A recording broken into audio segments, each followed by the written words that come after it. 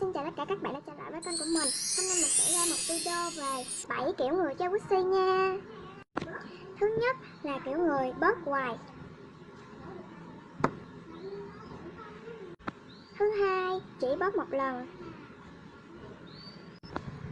Thứ ba là Wixi không chậm tăng mà cứ bảo là rất là chậm tăng. Wow, Wixi rất là chậm tăng luôn nha các bạn.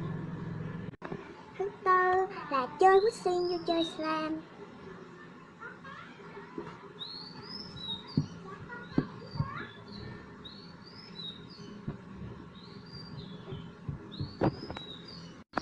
Thứ năm là vừa viết bài vừa bóp Wixi.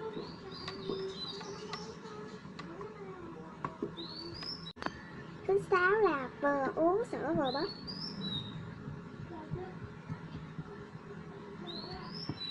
Và cái cuối cùng đó là bóp nhiều Wixi một lần.